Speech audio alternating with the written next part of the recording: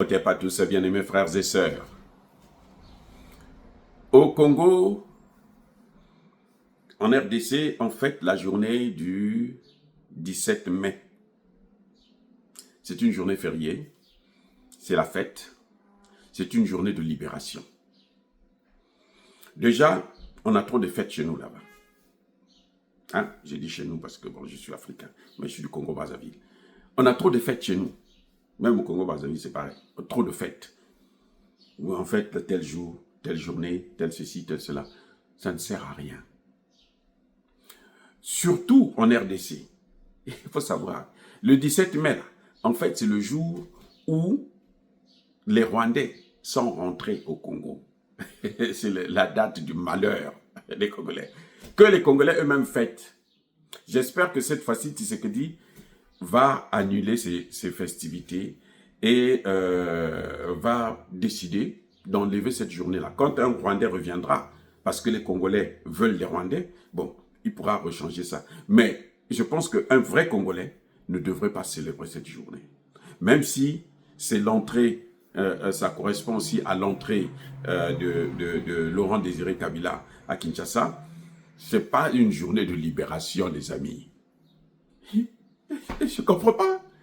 Ce n'est pas une journée de libération. C'est là que le vrai calvaire du Congolais a commencé. Mobutu était un dictateur. Mobutu massacrait les hommes politiques pour préserver son pouvoir. Kagame, il massacre tous les Congolais. 18 millions de morts. Vous voyez la différence?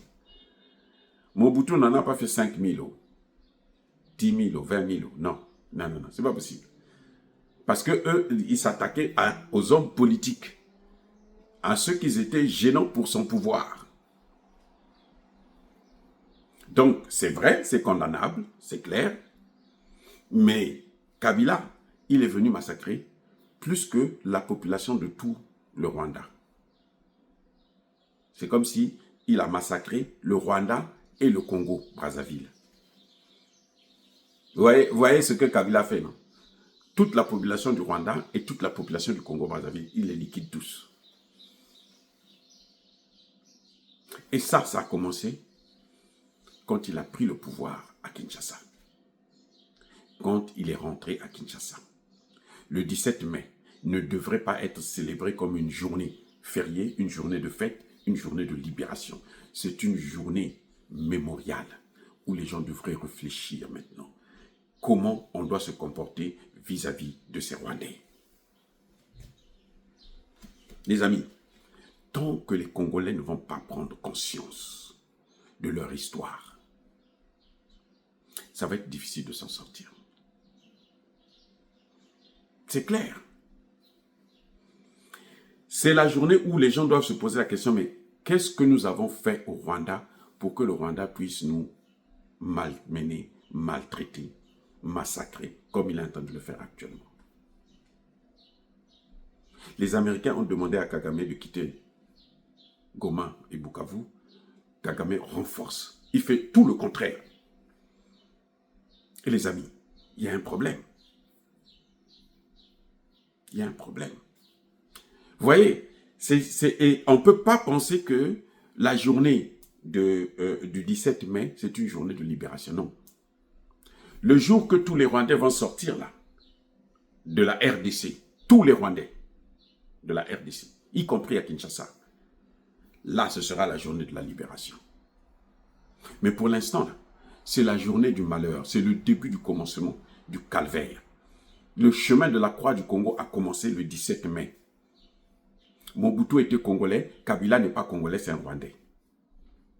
Kabila a fait pire que le roi Léopold II. Kabila que vous voyez là. Léopold II et Kabila sont sur la même longueur d'onde. Et moi, je pense qu'aucun Congolais ne devrait pardonner ça à Kagame. Parce que Kagame a fait... Mais alors, il y a pire que Léopold II. 18 millions de morts. Ça, personne ne peut tolérer ça encore. Personne ne peut trouver des échappatoires pour justifier un tel massacre. Même quand on est Rwandais, un vrai Rwandais ne devrait pas être heureux d'entendre que son pays est un pays qui massacre, qui a massacré autant de Congolais, juste pour les matières premières du Congo. Ça dit que c'est incroyable. C'est incroyable.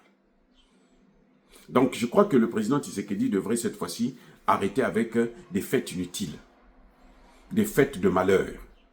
Au moment où les gens doivent pleurer et réfléchir comment il faut faire pour se débarrasser définitivement de ces Rwandais, on va vous dire qu'il faut faire la fête, c'est contre nature. C'est irresponsable. Les amis, soyez bénis, abondamment bénis par le Dieu de Kémite et par nos ancêtres évangélisés. Vive l'Afrique éternelle, j'ai dit et j'assume.